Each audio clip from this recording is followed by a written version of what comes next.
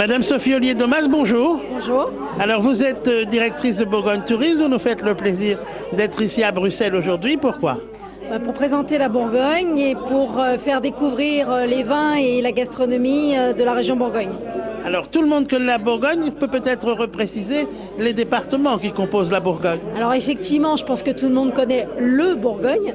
Par contre, la Bourgogne touristique avec ses 4 départements, la Côte d'Or, la Nièvre, la Saône-et-Loire et la Côte d'Or, sont effectivement des choses qu'on connaît peut-être un petit peu moins. N'oublions pas Lyon, qui est aussi une région très intéressante, qui est la région, je fais une petite incise, la région du Chablis, avec des vins importants du Tonnerrois. On ne peut pas passer en Bourgogne sans parler de vin. Alors parlez-nous un peu de vin. Alors le vin, effectivement, vous savez que nous avons 2 cépages, le Pinot Noir et le Chardonnay. Bien sûr, c'est l'occasion effectivement de dire que nous sommes en cépage unique et non pas en assemblage comme d'autres régions françaises, et que c'est l'occasion effectivement d'avoir cette particularité en Bourgogne. Alors les grandes régions viticoles en Bourgogne ? Toute la Bourgogne quasiment est viticole. On va mettre peut-être un petit peu le département de la Nièvre en dehors de cette dynamique no touristique, bien que nous ayons les vins de Loire. Nous avons, comme je l'ai omis tout à l'heure, Lyon. Sur-Loire est en Bourgogne. Pouilly-sur-Loire est en Bourgogne, mais nous ne fait pas partie de l'interprofession des vins de la Bourgogne.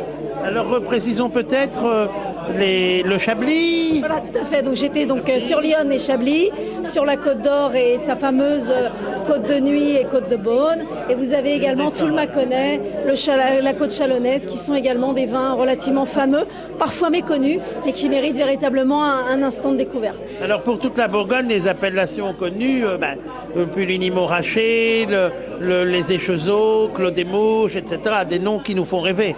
Oui, effectivement, Romanée-Conti, le Clos Vougeot, mais également des petites appellations ou un petit peu plus petites. Romanée-Saint-Vivant. Romanée-Saint-Vivant, mais vous avez aussi du Viré-Clessé qui se trouve au sud de la Bourgogne. Vous avez également du Mâconnais qui mérite une découverte intéressante. Et une région intéressante, c'est la région d'Irancy aussi. Tout à fait. Alors là, qui est dans Lyon, effectivement, qui est une des dernières appellations d'origine et qui est un rouge tout à fait fameux, qui effectivement complète de manière assez astucieuse le vignoble Chablis. Une petite explication sur la gastronomie bourguignonne ? Alors, la gastronomie, pour nous, effectivement, aujourd'hui, c'est l'occasion, dans ce restaurant où nous sommes ce soir, la Quincaillerie, de découvrir et de faire un voyage en Bresse avec la fameuse volaille de Bresse. Mais nous avons également de la crème, du fromage qui existe et du jambon, effectivement, persillé, qui est une recette assez fameuse et bien connue. Nous avons les escargots de Bourgogne, nous avons la moutarde et nous avons toute une série de fromages comme les poisses, le fromage de Cîteaux et toute une sorte également de bœuf charolais qui permettent aussi de découvrir la Bourgogne gastronomique de manière agréable avec les vents. Quelques sites historiques, Vézelay ? Vézelay, bien sûr, qui est un endroit assez incontournable. Nous avons également l'abbaye de Fontenay. Nous avons également la Charité-sur-Loire, qui est un lieu aussi très connu et qui mérite un séjour intéressant. Et nous avons la Roche de Solutré. Nous avons le Morvan, qui est plus sauvage et plus naturel, qui mérite une découverte intéressante. Nous avons la capitale Dijon, capitale régionale, qui est connue effectivement plutôt pour son kir, puisque le chanoine Kir était un maire de Dijon assez fameux.